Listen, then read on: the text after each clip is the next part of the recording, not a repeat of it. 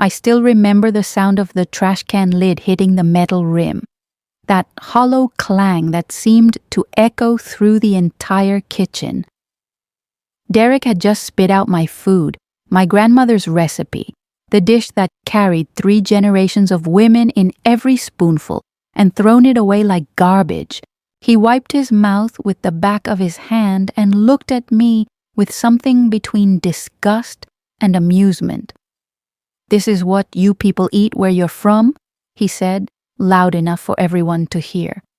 "No American customer would ever pay for this. Immigrants can't be real chefs because you don't understand sophisticated palates." The other cooks laughed nervously. Sarah, who I thought was my friend, whispered, "Maybe you should make something more normal?" I felt my face burn, not with anger, with shame, the kind that makes you want to disappear into the tiles beneath your feet.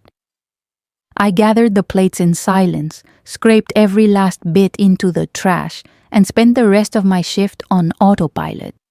But that night at 2 a.m. in my tiny shared apartment, I couldn't sleep, and I made a decision that would change everything. Let me take you back to the beginning. 10 years ago, I left everything I knew, my country, my family, my language, my entire world, packed into one suitcase and a heart full of dreams that felt too big for my chest. I was 25, terrified, and completely certain that cooking was what I was meant to do. My grandmother had taught me. My mother had taught me. Food wasn't just sustenance in our family. It was love translated into taste, memory folded into technique, history served on a plate. I arrived in the United States during a cold October. I remember stepping off the bus in a city I'd only seen in movies and feeling the wind cut through my jacket like it was paper. Everything was louder here, faster, sharper. The buildings touched the sky. The people moved like they were always late for something important. And I was invisible, completely, utterly invisible. I found work washing dishes at a diner in Queens. The owner barely looked at me during the interview. He asked if I had papers. I showed him my work visa and he nodded toward the kitchen. "Start tomorrow, 6 a.m. That was it. No handshake. No welcome. Just work.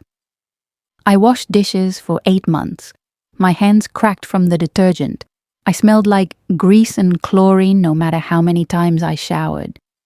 I shared a bedroom with 2 other women, all of us immigrants, all of us working multiple jobs, all of us sending money back home. We took turns sleeping. I had the bed from 11 p.m. to 6 a.m., then it was someone else's turn. On my days off, I watched cooking videos online, I studied French techniques, Italian pasta making, Japanese knife skills.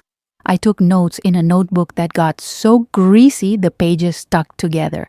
I wanted to learn everything. I wanted to prove that I belonged in a professional kitchen, but I also kept my grandmother's recipes close.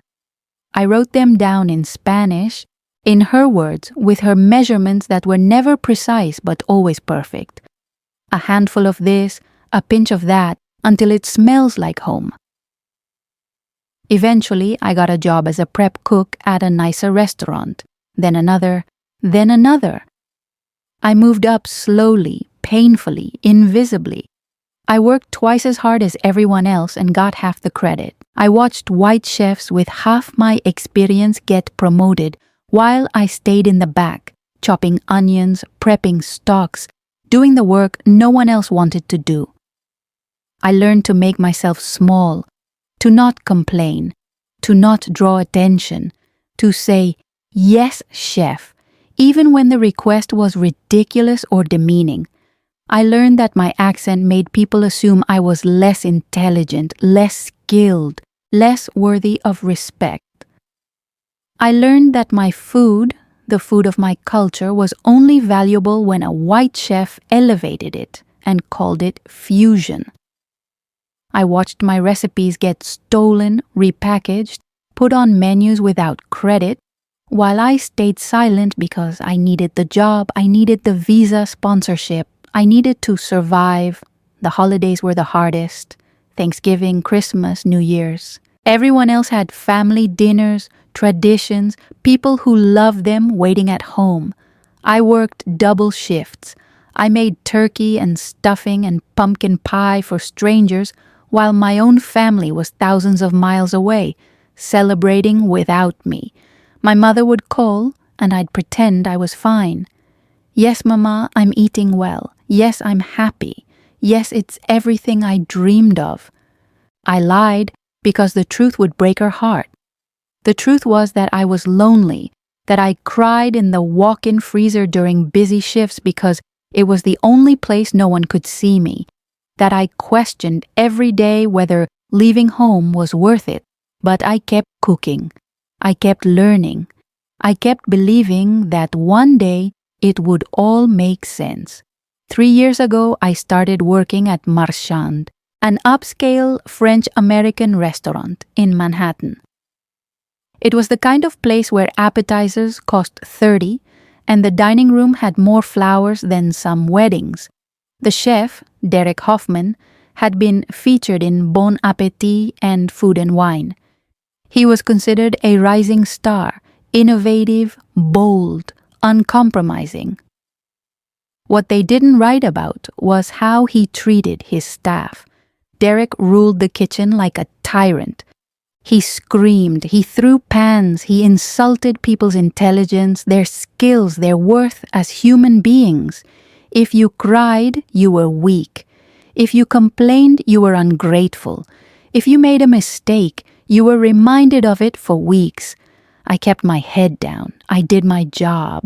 I was good at my job, better than good, but Derek never saw it. To him, I was just another prep cook, interchangeable, replaceable, forgettable. He mispronounced my name constantly, even after 3 years. Even after I corrected him dozens of times. He'd call me Maria or Carmen or just, hey, you. Once I corrected him in front of the sous chef and he laughed. All you Spanish girls have the same names anyway. I wasn't Spanish, I told him that. He shrugged. Same difference. It wasn't the big moments of racism that hurt the most. It was the small ones, the constant ones, the ones that reminded me every single day that I didn't belong, that no matter how hard I worked, how much I learned, how skilled I became, I would always be seen as less than. The staff meal incident happened on a Tuesday. Staff meal was the one time during the day when the kitchen crew got to eat together before service started. Usually it was something simple, pasta, rice and beans, leftover proteins from prep. But that day, I asked if I could make the staff meal. I wanted to share something special, something from home. I made my grandmother's dish a recipe passed down through generations of women in my family. It required specific chilies that I'd brought back from my last visit home, dried and stored carefully in my pantry. It required time, patience, technique. It required love. I woke up at 4 a.m. to start the prep. I toasted the chilies, rehydrated them, blended them with garlic and spices into a deep red paste that smelled like childhood, like my grandmother's kitchen, like everything I'd left behind. I braised the meat low and slow until it fell apart. I made fresh tortillas by hand, the way my mother taught me, pressing each one with the heels of my palms. I served it family style, the way we did at home, bowls of the braised meat, warm tortillas wrapped in cloth, garnishes of cilantro, lime, pickled onions, crumbled cheese. The kitchen smelled incredible. Some of the other cooks, especially the Latino ones, smiled when they saw it. One of them, Luis, said quietly, "This smells like my mom's cooking. Thank you." That felt like a victory, like I'd brought a little piece of home into this cold, sterile kitchen. Then Derek walked in. He looked at the spread and his face immediately soured. "What is this?" he asked. "Staff meal, chef," I said. "I wanted to share something from my culture." He picked up a tortilla, examined it like it was a science experiment, then loaded it with meat. He took a bite. His face twisted into an exaggerated grimace. He walked over to the trash can, spit it out, and dropped the rest of the tortilla in after it. The clang of the metal lid echoed. The kitchen went silent. "This is what you people eat where you're from?" he said. It's a traditional recipe, chef," I stammered. "My grandmother—" "I don't care about your grandmother," he cut me off. "This is not food. I don't even know what this is. Too spicy, too heavy, too weird. No American customer would ever pay for this." He looked around at the other cooks. "This is why immigrants can't be real chefs. You don't understand sophisticated palates. You don't understand refinement. You think throwing a bunch of chilies in a pot is cooking." Sarah, who I'd worked beside for 2 years, who I'd covered shifts for, who I'd considered a friend, whispered just loud enough for me to hear. "Maybe you should have made something more normal? You know, something people actually want to eat." Something inside me cracked. Not loudly, not dramatically, just a quiet internal fracture. I gathered the bowls in silence. I dumped every bit of food into the trash. Luis tried to stop me, tried to save some, but I couldn't look at him. I couldn't look at anyone. I went back to my station and prepped vegetables for 6 hours straight. I didn't cry. I didn't speak. I just worked. When my shift ended, I walked out into the November cold and felt nothing. Not anger, not sadness, just emptiness. That night, I sat on the floor of my apartment. My roommates were both at work. The place was quiet except for the hum of the refrigerator and the distant sounds of the city through thin walls. I looked at the photos I'd taped to the wall above my bed. My grandmother in her kitchen, wooden spoon in hand, smiling at the camera. My mother making the same dish I'd made that day, her hands working the dough, her face concentrated and peaceful. My sister, my cousins, all of us around the table during Christmas, plates piled high, everyone talking at once. I thought about Derek's words. Immigrants can't be real chefs. I thought about Sarah's whisper. Something people actually want to eat. I thought about the years of silence, of shrinking, of pretending my food, my culture, my entire identity wasn't good enough. And something shifted. I was tired of being silent. I was tired of being ashamed. I was tired of letting people like Derek define my worth.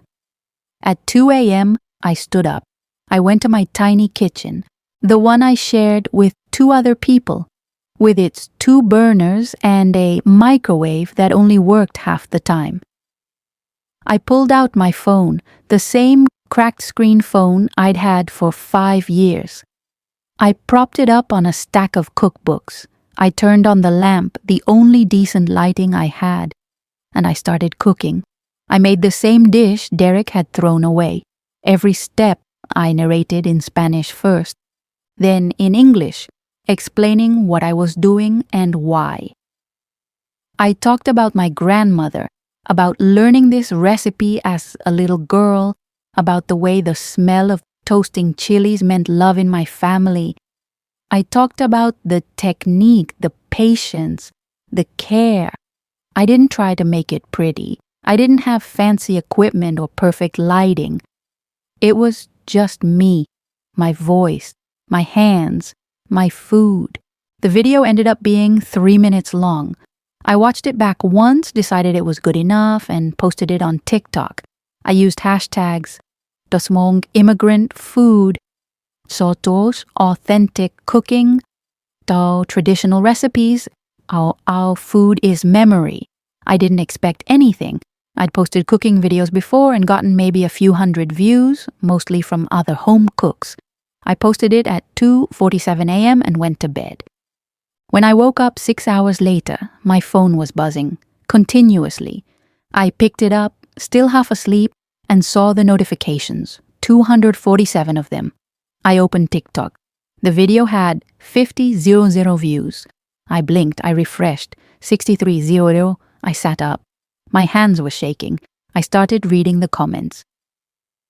This is exactly how my abuela used to make it. I'm crying. Yeah, why doesn't food like this get the recognition it deserves? I would pay so much money to eat this. The way you explain each step with such love. This is what cooking should be. Finally, someone showing real food, not some gentrified nonsense. By noon, the video had 500,000 views. By the time my shift started at Marchand that evening, it had crossed 1 million. By the time I went to bed that night, exhausted and overwhelmed, it had reached 3 million. 3 million people had watched me cook my grandmother's recipe in my tiny apartment at 2 a.m. 3 million people had heard my story. The comments kept coming. Other Latinas sharing their own stories of having their food dismissed or mocked.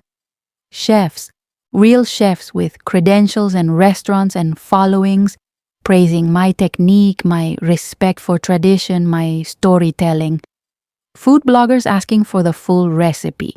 A James Beard award-winning chef commented, "This is the kind of cooking that matters, authentic, honest, rooted in love and culture. More of this, please." A celebrity I'd only ever seen on TV shared the video and wrote, "This is what real food looks like. Support immigrant cooks. They're carrying entire culinary traditions on their backs." Food Network sent me a DM. Bon Appetit sent me a DM. The New York Times sent me an email. I couldn't process it. I kept checking to make sure it was real, that I hadn't fallen asleep and dreamed the whole thing. But it was real, terrifyingly, overwhelmingly real. If you're watching this and you've ever felt invisible, ever felt like your voice didn't matter, ever felt like the world wasn't ready to hear your story, leave the word visible in the comments below. Let's remind each other that we're here, that we matter, that our stories deserve to be told. And if you haven't already, hit that subscribe button because what comes next is even more intense. At work the next day, everything changed. And not in a good way. I walked into Marchand expecting, I don't know what I expected. Maybe some acknowledgement, maybe some curiosity. What I got was hostility. The other cooks stared at me when I walked in. Sarah immediately looked away. The sous chef, Kevin, smirked. Well, well, well, he said. Look who's a TikTok star now. I tried to laugh it off. It's just one video. 3 million views is not just one video, he said. His tone wasn't congratulatory, it was accusatory. I went to my station and started prepping. I could feel the tension in the kitchen. People whispering, people glancing at me and then quickly looking away. Luis, one of the other Latino line cooks, came over during a quiet moment. I saw your video, he said quietly. My wife cried. She said it reminded her of her mother's cooking. Thank you for doing that. I didn't do anything special, I said. You did, he replied. You reminded people that our food matters, that we matter. Before I could respond, Derek's voice cut through the kitchen. Meeting now, everyone. We all gathered in the small office space near the walk-in. Derek stood at the front, arms crossed, face hard. I'm going to make this very simple, he said, looking directly at me. What you did last night was unprofessional and inappropriate. I blinked. I made a video on my personal TikTok account. You used this restaurant's name for personal promotion, he snapped. I never mentioned Marchand, I said. Not once. I filmed in my own apartment on my own time. Customers have been calling all morning asking for that dish, he interrupted. A dish that's not on our menu. A dish that doesn't fit our concept. You're creating confusion and distraction. I'm sorry, chef, but I don't understand how. Of course you don't understand, he said, his voice rising. Because you're too busy playing celebrity on social media to focus on your actual job. This is a professional kitchen, not a content farm. If you want to be an influencer, quit and do that. But while you're here, you do the work you're paid to do. Are we clear? The room was silent. I felt everyone's eyes on me. Yes, chef, I said quietly. Good, he said. Now get back to work, all of you. As we filed out, Sarah muttered, just loud enough for me to hear. Some people will do anything for attention. I wanted to scream, I wanted to defend myself, but I didn't. I went back to my station and kept my head down. That afternoon, Derek reassigned me. I was taken off the line and put on full-time prep. Not just normal prep, the worst prep. Peeling potatoes, cleaning shrimp, portioning butter, the kind of work they give to new hires on their first week, the kind of work designed to humiliate. And my schedule changed. I was now opening the kitchen. 5 a.m. start time, every single day. Derek didn't say it was punishment. He didn't have to. Everyone knew. Kevin, the sous chef, smirked every time he walked past my station. Sarah stopped talking to me entirely. Even the servers, who'd always been friendly, suddenly acted like I had a contagious disease. The only people who didn't treat me differently were Luis and a couple of other Latino cooks. They'd nod at me in solidarity. One of them, Carlos, told me quietly during a smoke break. He's scared of you. Scared of me, I said. Why would Derek be scared of me? Because you did something he can't control, Carlos said. You showed the world what real food looks like. Food that doesn't need his approval, that terrifies people like him. That night, I went home and sat on my bed, exhausted. My phone was still blowing up. More comments, more messages, more opportunities. A food writer wanted to interview me. A production company wanted to talk about a possible show. A restaurant in Brooklyn was offering me a sous chef position, but I was also terrified. I was an immigrant. My visa was tied to my current job. If Derek fired me, I'd have to find another sponsor fast or risk losing my status. I couldn't afford to take risks. I had bills to pay, money to send home, a life that depended on stability. But I also couldn't ignore what was happening. People were responding to my food, to my story. For the first time in 10 years, I felt seen. I decided to keep posting. Every night after my shift, no matter how exhausted I was, I'd come home and make a video. Sometimes it was a full recipe. Sometimes it was just a story about a particular ingredient or technique.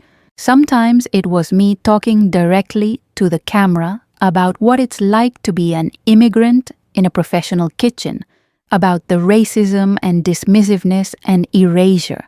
Every video went viral. Not always millions of views, but hundreds of thousands. My follower count grew. 10, soon 50, soon 100, soon 500, soon. Brands started reaching out. A spice company wanted to sponsor a video. A kitchenware brand wanted to send me free products. A meal kit service wanted to collaborate. I said yes to a few, not because I cared about the money, though the money helped, but because each collaboration was proof. Proof that my food, my culture, my voice had value. At Marchand, things got worse. Derek started criticizing everything I did. The potatoes weren't peeled thin enough. The shrimp weren't cleaned properly. I was too slow. I was too distracting. I was taking up space. One day, he pulled me aside. "You need to decide what you want," he said. "Do you want to be a cook or do you want to be famous?" "I want to cook," I said. "Then act like it," he snapped. "Stop with the social media circus. It's embarrassing." Embarrassing. That word stuck with me. Not because it hurt, but because it was so revealing. He wasn't angry that I was bad at my job. He was angry that I was getting attention. Attention he thought belonged to him. That week, I got an email from a literary agent. She'd seen my videos and wanted to know if I'd ever considered writing a cookbook.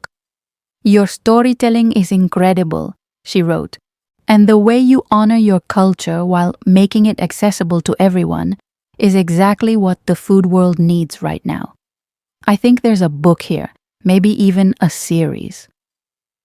A cookbook, my own cookbook. I read the email 3 times, then I called my mother. It was late in her time zone, but she answered on the second ring. "Mia, what's wrong?" she asked, her voice thick with sleep. "Nothing's wrong, Mama," I said. I need to talk to you." I told her everything, about the video going viral, about Derek's treatment, about the opportunities that were coming my way, about how scared I was, about how I didn't know what to do. She was quiet for a long moment. Then she said, "Do you remember what your grandmother used to say?" "Which thing?" I asked. My grandmother had said a lot of things. She used to say, "They can take everything from you, your home, your money, your safety. But they can't take your hands. And as long as you have your hands, you can cook. And as long as you can cook, you can survive. You can resist. You can fight back." I felt tears prick my eyes. "Mia," my mother continued, "you have worked so hard to get where you are. You left everything you knew because you believed in yourself. Don't let a man who doesn't respect you make you forget why you started. Don't let fear keep you small." "But what if I fail?" I whispered. "Then you fail," she said simply. "But at least you'll fail being yourself. Isn't that better than succeeding at being someone you're not?" The next morning, I woke up early. Earlier than usual, I made coffee, sat at my tiny kitchen table, and wrote my resignation letter. It was short, professional, polite, but firm. I thanked Derek for the opportunity. I explained that I was moving in a different direction. I gave 2 weeks' notice. I printed it out, put it in an envelope, and brought it to work. I waited until the pre-shift meeting, when all the cooks were gathered. Derek was in the middle of talking about specials when I interrupted. "Excuse me, chef," I said. "I have something to say." He looked annoyed. "Can it wait?" "No," I said. "It can't." The room went still. I walked up to him and handed him the envelope. "This is my resignation," I said. "I'm giving you 2 weeks' notice." He opened the envelope, read the letter, and laughed. "You're quitting?" he said, incredulous. "To do what? Be a TikTok star?" "To cook food that matters," I said. "To work somewhere that respects me and the traditions I come from. To stop pretending that this," I gestured around the kitchen, "is the only way to be a real chef." "Good luck with that," he said, his voice dripping with condescension. "When the internet gets bored of you, don't come crawling back here." I looked him in the eye. "Chef, with all due respect, I would rather fail on my own terms than succeed on yours. And for the record, the way you've treated me, The way you've dismissed my food and my culture says everything about you and nothing about me. Immigrant cooks built this industry. We've been cooking, surviving, innovating, and carrying entire culinary traditions on our backs while people like you took credit. I'm done being invisible. I'm done letting you define what real food is. The kitchen was dead silent. Luis was smiling. Carlos had his arms crossed, nodding. Even Kevin looked uncomfortable. Sarah stared at the floor. Derek's face turned red. "Get out," he said. "You're done here. Don't bother with 2 weeks. Get your things and leave, now." I nodded. I went to my locker, grabbed my knife roll, my apron, my jacket. As I walked out, Luis stopped me. "Thank you," he said quietly, "for saying what we've all been thinking." I hugged him. Then I walked out of Marchand for the last time. The cold November air hit my face. I stood on the sidewalk, knife roll over my shoulder, and took a deep breath. I had no job, no plan, no safety net, but I felt lighter than I had in years. I pulled out my phone and posted on TikTok. "Today, I quit my job.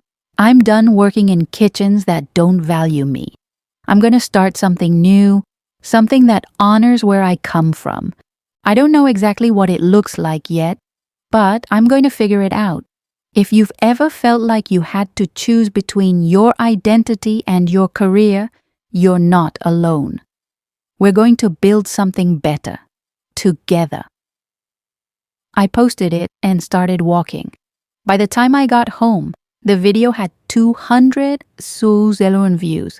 So here's where things get really interesting, because what I did next changed everything. If you're still with me, thank you.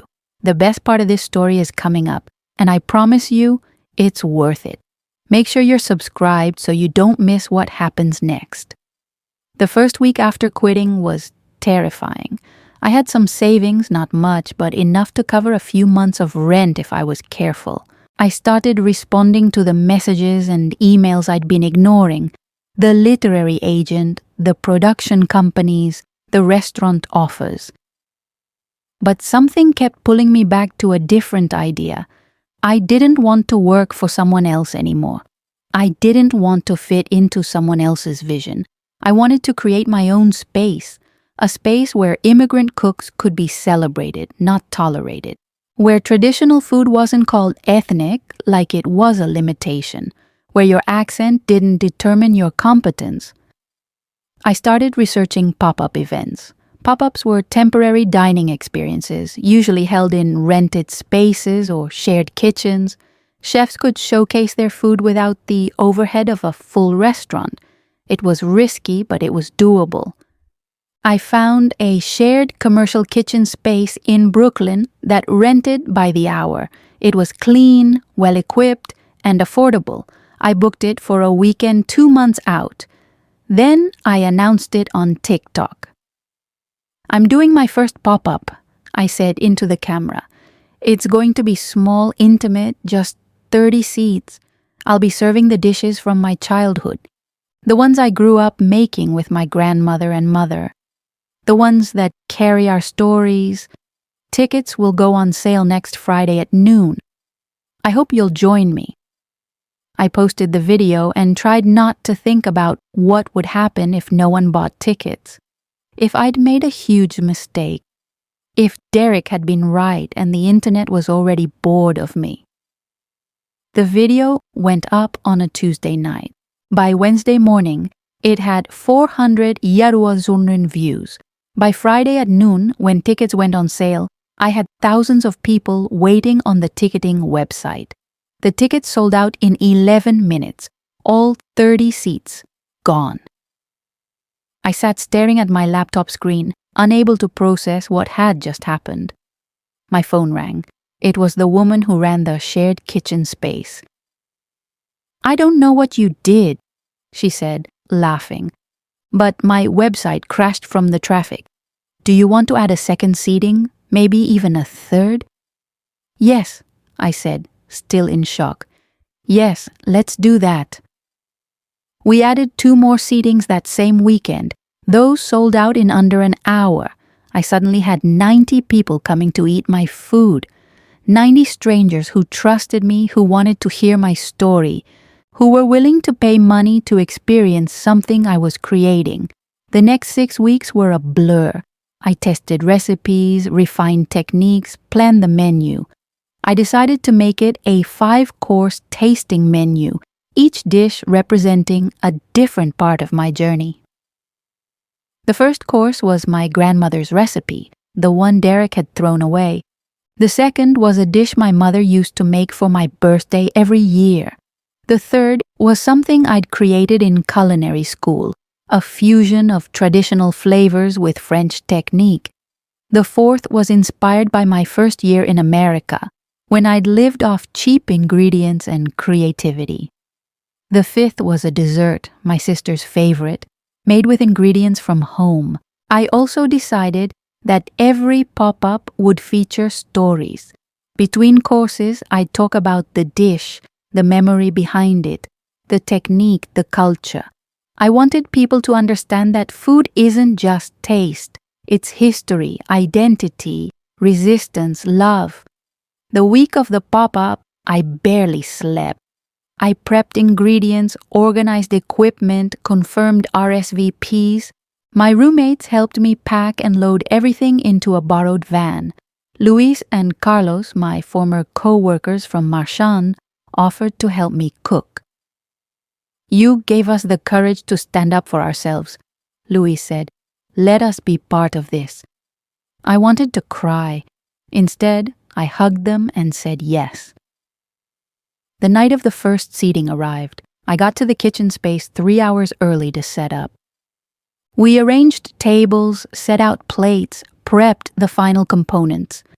My hands were shaking. At 6:30 p.m., the guests started arriving. They were diverse, young and old, different races and backgrounds, some clearly food industry people, others just curious. A few had come from out of state. One woman had flown in from California. I watched your videos with my daughter, she told me. She's first generation too. You made her feel seen. We had to be here. I didn't know what to say, I just hugged her. At 7 p.m. we started service. I welcomed everyone, introduced myself, and told them what to expect. Then we served the first course, my grandmother's dish. The room went silent as people took their first bites. Then, one by one, I heard the sounds, little sighs of pleasure, murmurs of appreciation. Someone said, "Oh my God." Someone else said, "This tastes like my childhood." A man in the corner started crying. His partner rubbed his back. After a few minutes, he raised his hand. "Can I say something?" he asked. "Of course," I said. "My mom used to make something like this," he said, his voice thick. "She passed away 2 years ago. I haven't tasted anything that reminded me of her cooking until tonight. Thank you. Thank you so much."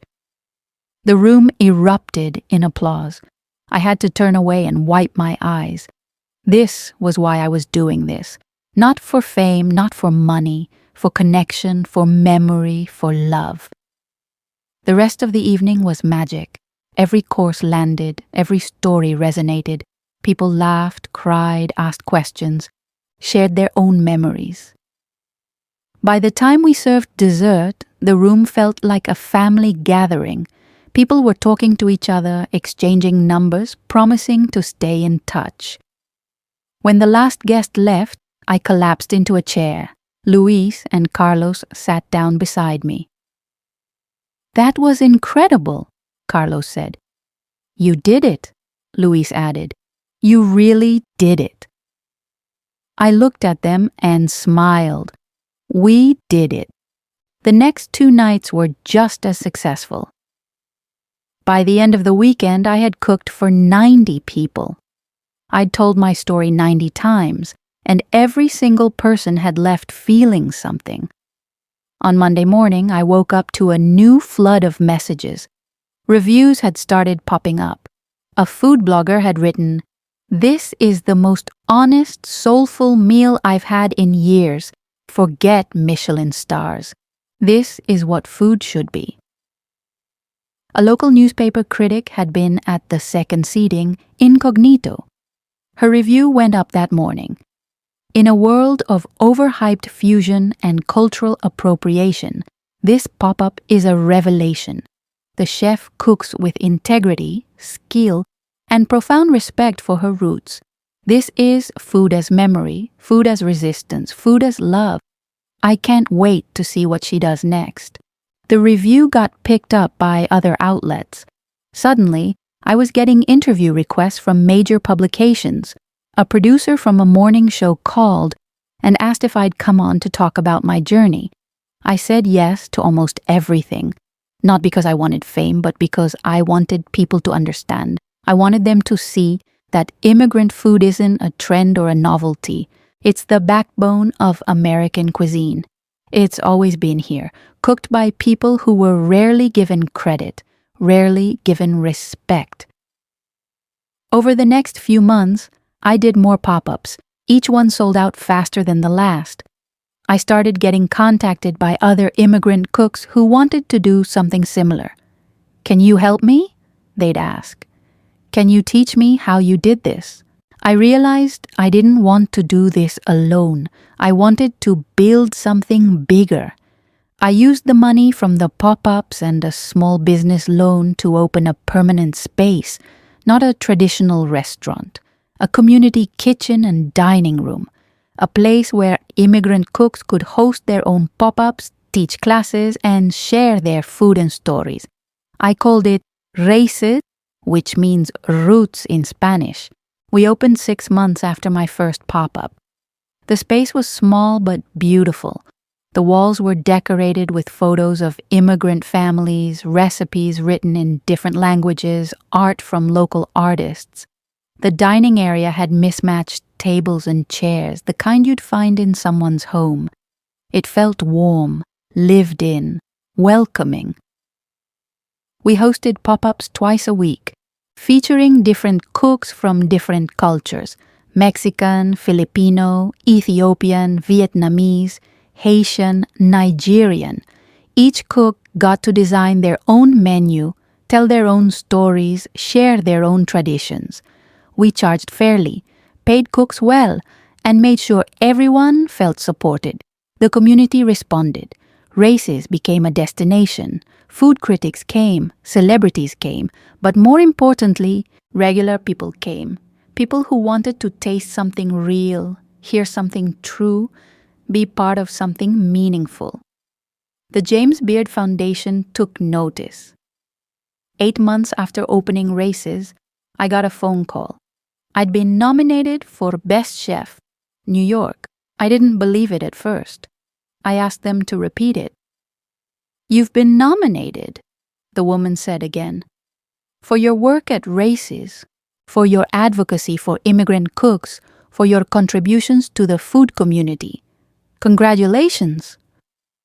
I hung up and cried, not because I thought I'd win, but because being nominated meant something. It meant that people were paying attention, that the conversation was changing.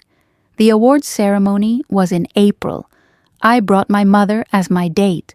She flew in from home, her first time in the United States since I'd left 10 years ago. Seeing her walk through the airport arrivals gate, I broke down. "Mija," she said, hugging me tight, "I'm so proud of you."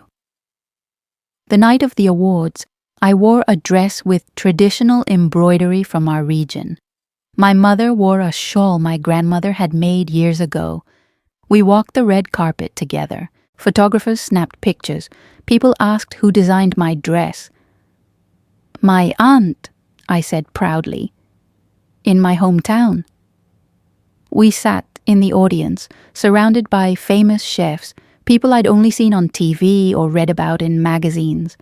Part of me still felt like I didn't belong, like someone would realize I was an imposter and ask me to leave. When they announced the winner of my category, It wasn't me. A chef from a different restaurant won, a deserving chef. Talented, innovative, respected. The room applauded. I applauded too. My mother squeezed my hand. "You didn't need to win," she whispered. "You're already winning." She was right. Being there in that room, wearing my culture proudly, representing immigrant cooks everywhere, that was the win. After the ceremony, several chefs came up to me. "I loved your nomination video," one said. "What you're doing at Races is incredible," another said. "A chef I'd admired for years, a Latina woman who'd broken barriers decades ago, hugged me." "Keep going," she said. "We need more people like you." That night, I posted a photo on TikTok, me and my mother on the red carpet, both of us smiling. The caption read, "I didn't win tonight, but 10 years ago I was washing dishes and being told I'd never be a real chef. Tonight, I walked the red carpet at the James Beard Awards with my mother, representing every immigrant cook who's been dismissed, overlooked, and underestimated. We're here. We've always been here, and we're not going anywhere." The post went viral. Again, comments poured in. "You've already won." This made me cry. Representation matters. Thank you for not giving up. A week later, I got a message from Derek, my former chef, the one who'd thrown my food in the trash and told me immigrants couldn't be real chefs. The message was short. "I saw your nomination. Congratulations. I was wrong about you." I stared at the message for a long time. Part of me wanted to respond, to say something cutting, something that would hurt him the way he'd hurt me. But I didn't. I just blocked him and moved on. He didn't deserve my energy, not anymore. Besides, I had more important things to focus on. The literary agent I'd connected with months ago had sold my cookbook proposal to a major publisher. Races, recipes and stories from an immigrant kitchen would be out in a year. I was also in talks with a production company about a documentary series featuring immigrant cooks from across the country. Their stories, their struggles, their triumphs. Every day brought something new. New opportunities, new challenges, new people wanting to share their stories. Races continued to grow. We expanded our programming. We started offering free cooking classes for immigrant youth. We partnered with local organizations to provide job training for people trying to break into the food industry. We became more than a restaurant. We became a movement. One afternoon, I was in the kitchen prepping for a pop-up when Luis walked in. He'd left Marchand a few months after I did. "I have something to tell you," he said. "What?" He grinned. "I'm opening my own place, a small taqueria, traditional recipes from my hometown in Mexico, and I wanted to ask if you'd come to the opening." I hugged him. "Of course, I'll be there." "You inspired me," he said. "You showed me it was possible." That's when I realized the real impact of what I'd done. It wasn't just about me.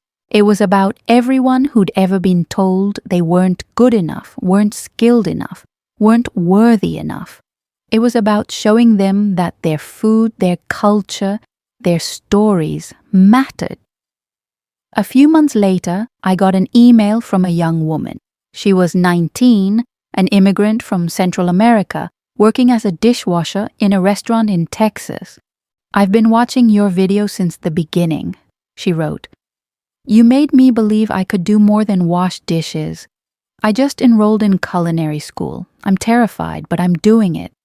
Thank you for showing me it's possible." I read that email 5 times. Then I saved it in a folder I keep on my phone labeled "Why I Do This." It's full of messages like that from people who felt seen, who felt inspired, who felt brave enough to pursue their dreams. That's the real success. Not the followers, not the awards, not the opportunities. It's the ripple effect. It's knowing that by telling my story, I gave other people permission to tell theirs. It's been 2 years since that night I posted my first video at 2 a.m. 2 years since Derek threw my grandmother's recipe in the trash. 2 years since I was told that immigrants can't be real chefs. My life looks completely different now. I have my own space, my own platform, my own voice, but the work isn't finished. There are still countless immigrant cooks working in kitchens where they're undervalued and disrespected, still people being told their food isn't good enough, still stories going untold. So I keep showing up. I keep posting videos. I keep amplifying other voices. I keep proving every single day that we belong here, that our food belongs here, that our stories matter. Sometimes I think about what would have happened if I hadn't posted that video, if I'd stayed silent, if I'd accepted Derek's version of what a real chef should be. I'd still be at Marchand probably, still peeling potatoes at 5 a.m., still shrinking myself to fit someone else's idea of who I should be. Instead, I'm here, living my truth, cooking my food, telling my story, and helping others do the same. My grandmother passed away last year. She was 87. I flew home for the funeral. It was the first time I'd been back in 5 years. The night before we buried her, my family gathered in my mother's kitchen. We cooked her recipes. All of them. The kitchen smelled like my entire childhood, like every holiday, every celebration, every moment of love I'd ever known. My mother looked at me and said, "She was so proud of you. She used to watch your videos on my phone. She didn't understand TikTok, but she understood what you were doing. She said, 'That girl is keeping us alive.'" I cried then. Big, messy sobs that came from somewhere deep inside. Because that's what this has always been about. Not fame, not revenge, not proving Derek wrong, though that was satisfying. It's about keeping my grandmother alive, my mother, my culture, all the women who came before me, who cooked with love and skill and passed that knowledge down through generations. It's about making sure they're not forgotten, that their recipes aren't lost, that their stories are told. And that's the real victory. So when people ask me if Derek's words still haunt me, I tell them the truth. Yes. Sometimes I still hear that voice saying, "Immigrants can't be real chefs." But now I have thousands of other voices to drown it out. Voices saying, "Yes, we can." Voices saying, "Thank you." Voices saying, "You inspired me." Voices saying, "Keep going." And that makes all the difference. So here's my question for you, and I really want to know your answer. Have you ever been told you weren't good enough because of where you come from, how you speak, or what you believe in? Have you ever had someone try to make you feel small? Drop a comment and share your story. Let's remind each other that we're not alone, that we're stronger together, and that our voices matter. And if you're not already subscribed to this channel, please hit that button. I have so many more stories to share. Stories about resilience, courage, identity, and the power of refusing to be erased. The next one is going to blow your mind. Thank you for being here. Thank you for listening. And remember, your story matters. Your food matters. You matter. Never let anyone convince you otherwise.